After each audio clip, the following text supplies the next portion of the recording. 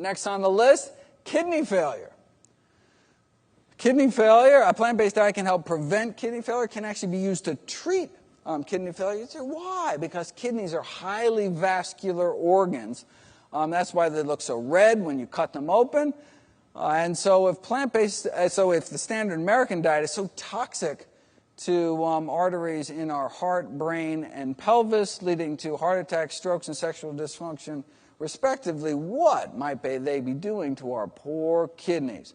Well, long story short, Harvard researchers found 3 dietary risk factors, and only 3, for worsening kidney function. What they were doing is measuring something called proteinuria, loss of protein in the urine. You're not supposed to be losing protein in the urine. Your whole point of your kidneys is to hold on to the good stuff. When you do start losing protein, it shows your kidneys are starting to fail. What are the 3 dietary risk factors? Number 1, animal protein. Number 2, animal fat. Number 3, cholesterol. Right? So it wasn't the amount of protein. It wasn't the amount of fat, specifically the animal protein, specifically the animal fat and cholesterol, all 3 of which is only found in one place, and that is in animal products. If you do a cross-sectional study, snapshot in time, vegans have better kidney function, and you can actually take people with kidney failure and treat them with a pure vegetarian diet and see dramatic differences within just 1 week, which as a physician I'm most excited about. Next on the list, we are deep right now in flu season, New York and everywhere else in the country. You say, well, wait a second, what possible role could diet play with dying from the flu or a lower respiratory tract infection like pneumonia? Obviously, you haven't heard about the immunostimulatory effects of kale. Is there anything kale cannot do? So there's a whole long list. So I have lots of articles talking about the role that blueberries and mushrooms and all sorts of things can play in boosting our immune system. In this study, they took older men and women and all they didn't take meat out of the diet, nothing, just added a few servings of fruits and vegetables to their daily diet. Right before they were getting their pneumovax vaccination, their pneumonia vaccination, this is what they had. This is what they found. They found a significant boost in protective antibody response in those eating 5 servings of fruits and vegetables a day compared to those eating 2. Significantly boost immune response. What was this miracle thing that it just had a few servings of fruits and vegetables? That's how powerful plants can be. Next on the list, okay, now what role could a diet play in suicide?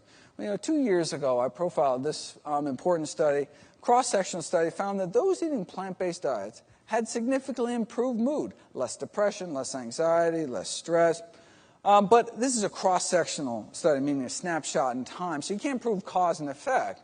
Maybe people who are mentally healthy go on to eat healthy and not the other way around. What you need is the gold standard in nutritional science, which is an interventional study. You take people, you change their diet, see what happens, and that's what this group of researchers did. They took people, men and women, the standard American diet, took out meat, took out fish, took out poultry, actually took out eggs as well, because they thought it was the arachidonic acid, this pro-inflammatory omega-6 fatty acid found predominantly in chicken and eggs in our diets. They thought that was causing what's called neuroinflammation, brain inflammation, which was impairing their mental functioning. So they removed that and saw significant improvement in mood within just 2 weeks. It can take drugs like Prozac months to take an effect. Significant improvement in mood after just 2 weeks. And of course, the only side effects are good ones. What about the role of diet and septicemia or invasive blood-borne infections? Well, certainly you can get something like Salmonella, E. coli burrow through the intestinal wall into your bloodstream. Or in women, actually crawl up into their urethra. We've known that urinary tract infections in women, the bacteria that cause bladder infections actually comes from the fecal flora, which just kind of creeps up into the bladder. But we didn't know where this reservoir of bladder-infecting bacteria was coming from until now. Chicken, that's where this reservoir, these special types of E. coli that cause bladder infections come from. We now have DNA fingerprinting proof of this direct link between chickens colonizing the guts of women, which then later leads to literally millions of infections bladder infections, which can turn serious and actually become systemic and life-threatening. Wait a second.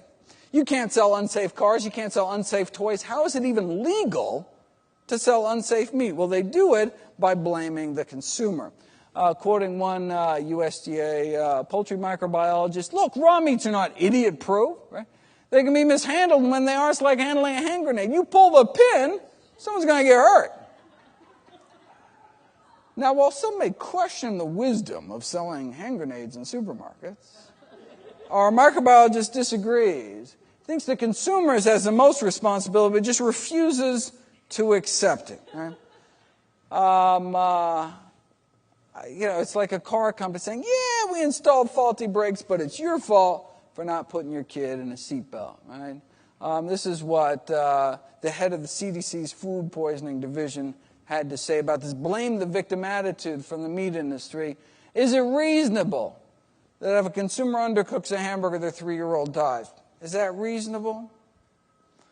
Not to worry, the meat industry's on it. They just got FDA approval for a bacteria-eating virus to spray on the meat. These so-called bacteriophages attack the bacteria, the salmonella, etc., that cause the disease. Now, there certainly have been concerns expressed about the ability of these bacteria-eating viruses to spread toxin genes between bacteria, especially given the difficulties of preventing large numbers of these viruses from being released in the environment from the slaughter plants.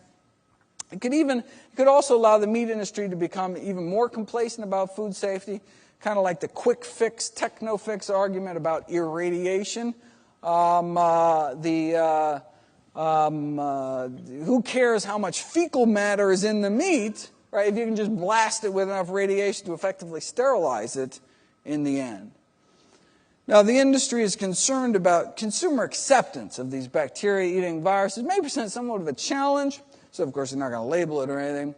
But if you think that's going to be a challenge, check out their other bright idea. The effect of extracted housefly pupae on pork preservation, sciencey way of saying they want to smear a maggot mixture on the meat. It's a low cost. Think about it. Look, maggots live off of rotting flesh. Yet at the same time, however, there's no reports of maggots having any serious diseases. So, hey, they must be filled with some kind of antibacteria something, right? So let's take some maggots, wash them off, towel them off, a little Vitamix action, and voila! Safer meat. We talked about kidney failure. What about liver failure? We have known for decades that one can treat liver failure with a plant-based diet and decrease the amount of toxins that would build up in the blood without a fully functional liver to detoxify one's blood eating meat. I do have to admit, though, there is one group of people eating plant-based diets with worsening liver function. They're called alcoholics. You're living off of corn and potatoes and grapes, still not doing, strictly plant-based, but not doing good. It's not clear what to... Next on the list, essential hypertension, essentially only found in people who eat meat. Again, we've known about this forever. This is 74 out of Hopkins. That consumption of food of animal origin highly significantly associated with blood pressure. This is after weight has been accounted for. Again, even at the same weight, just a fraction of the risk. This is the latest. So when we kind of fast forward, 39 years later.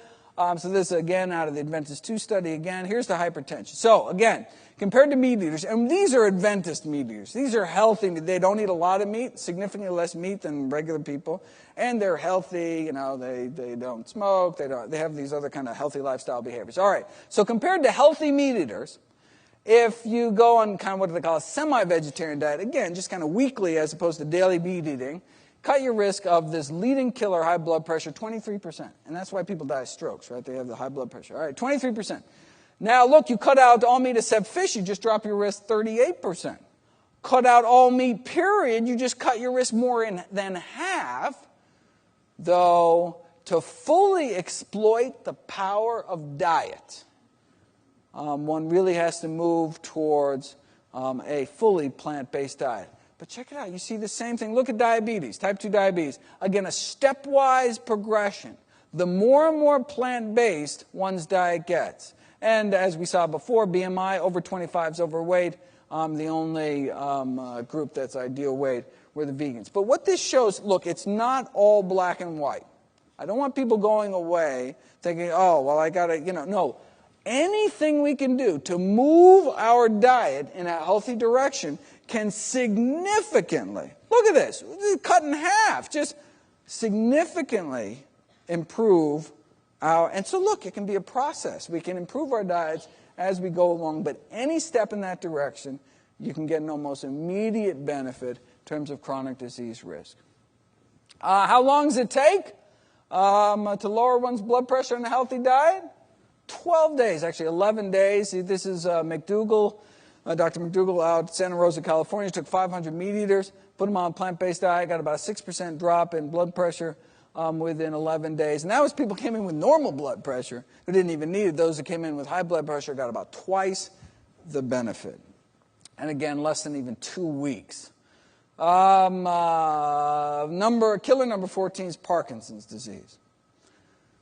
What can a plant-based diet do for Parkinson's disease? Well, we know that every single study, prospective study ever done on looking at dairy or milk consumption and Parkinson's found an increased risk of Parkinson's disease. You say, why? Well, one possibility is that dairy products, we know that dairy products in the United States are contaminated with neurotoxic chemicals. We have substantial evidence suggesting exposure to the pesticides and pollutants increase Parkinson's disease risk. We have autopsy studies finding higher levels of these pollutants in the brains of Parkinson's patients than compared to people who didn't die of Parkinson's. And some of those compounds are present at low levels in dairy products. They're talking about compounds like tetrahydroisoquinoline, which is Parkinsonism-related compound found predominantly in cheese, actually. But even the levels in cheese are not very high. The concern is that these neurotoxins may accumulate in the brain over long periods of consumption.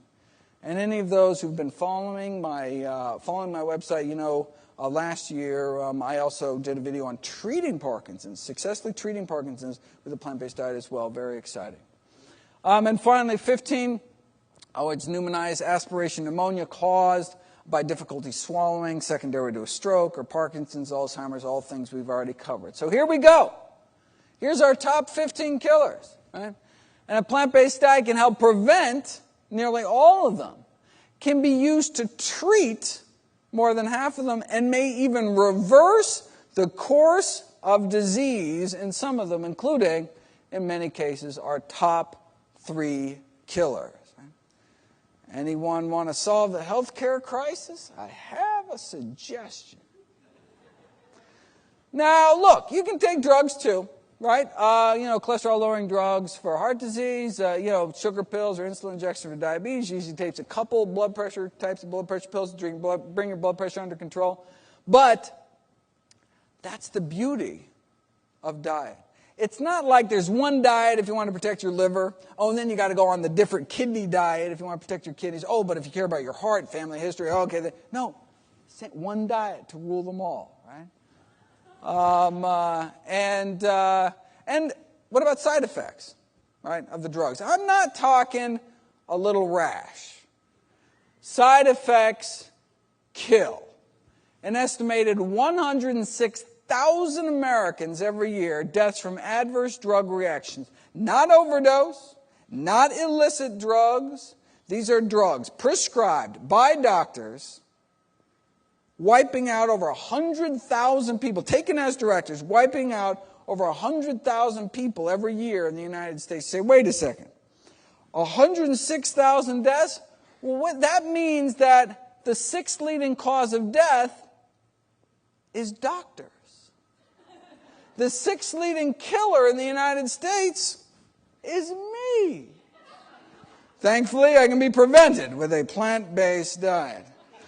Indeed, no, if you actually look at studies, this is from the original Adventist study, those compared to vegetarians, those eating vegetarian, meat eaters twice as likely to be on aspirin, sleeping pills, tranquilizers, antacids, painkillers, blood pressures, medications, laxatives, of course, as well as insulin, right?